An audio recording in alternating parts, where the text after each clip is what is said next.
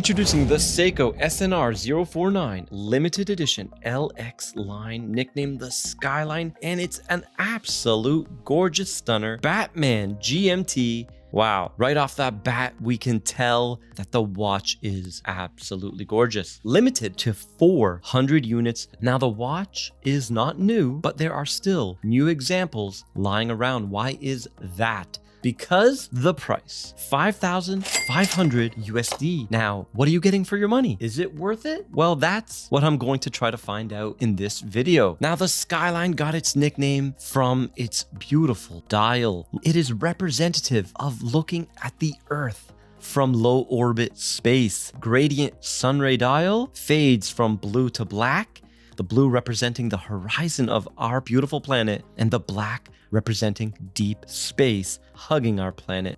Phenomenal dial, and we have a blue GMT hand.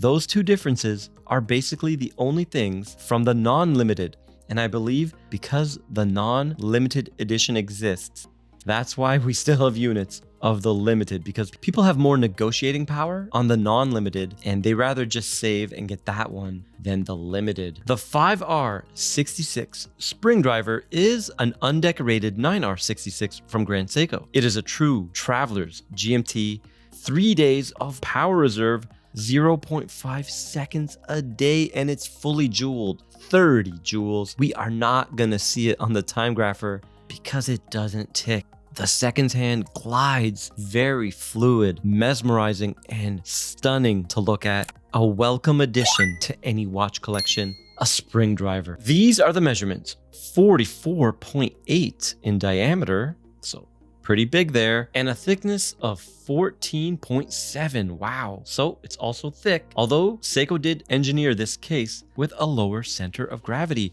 so it should help out in wearability. No drilled lugs and a lug to lug of 50.9. Okay, so right on that rim for my 6.5-inch wrist, but it does have the Seiko magic and it wears surprisingly well. The sapphire crystal is completely flat and it absolutely disappears here. Seiko uses their super clear coating and it shows. It's just world-class AR coating. We have a Batman bezel that is also sapphire, so dual sapphire here, and it's bi-directional.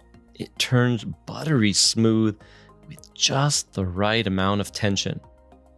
Fantastic. The case is made completely from titanium. Wow, it tricked me. I thought it was stainless steel because of how well finished it is. Bracelet is also titanium, pins and collars. You have that traditional Marine Master 300 large high polished bevel. That's hand Zaratsu polish. So you're getting a little bit of old time watchmaking in this watch. Now, we do have male end links. They do downturn almost immediately. And it looks like there's no micro adjusts, but there is. You hold both buttons down and it will extend. Did you see the link disappear?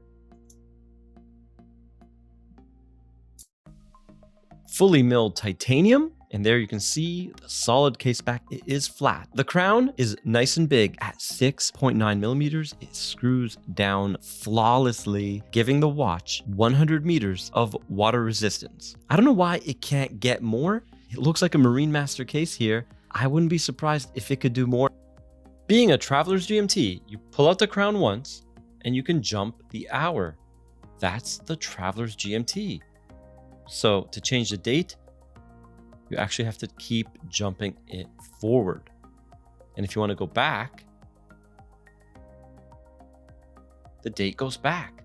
So amazing movement here. If you are a traveler, you're gonna love this. The dial has the odd numbers in between those applied indices. So the bezel has the even. I love when GMTs have all the numbers, and you can see the power reserve right at the 9 and 8 o'clock hour indices. It is also applied there. Frame date window at 3 o'clock. Now the finishing.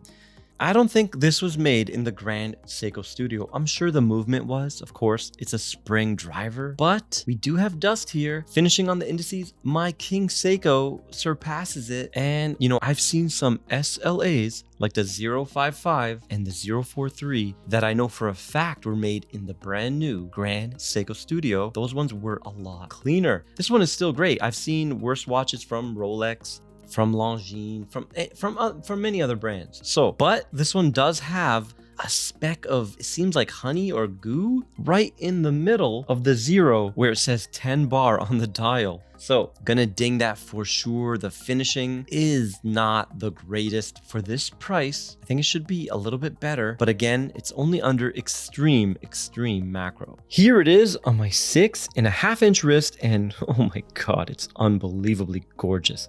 I can forgive the finishing. I can forgive the size. Wow, what a statement piece. It looks like a boss. It's gorgeous. Man, phenomenal. A full titanium watch with all the links. 139 grams. Wow. Very light for such a tank. There is the Lume Shot impressive Seiko Lume Bright, GMT hand loomed. The back of the second hand is loomed. You can see it, it's pretty wide. And the sapphire bezel is also loomed. Awesome. This is gorgeous. As a Seiko fan, it is tough not to love this thing. Fully titanium, has the legendary spring drive, Batman colorway, sapphire. Oh man, love it, love it, love it. The finishing, if it was better, I would be over the moon. I would be going nuts in this video. And it wears magically, even though it's a huge tank. It wears great on my wrist. Now guys, if you're into high-end Seikos, check out this video over here, which has over 125,000 views. And maybe this video over here if you want something more affordable. And if you like this video, please like, share, and subscribe. And I'll see you in the next one.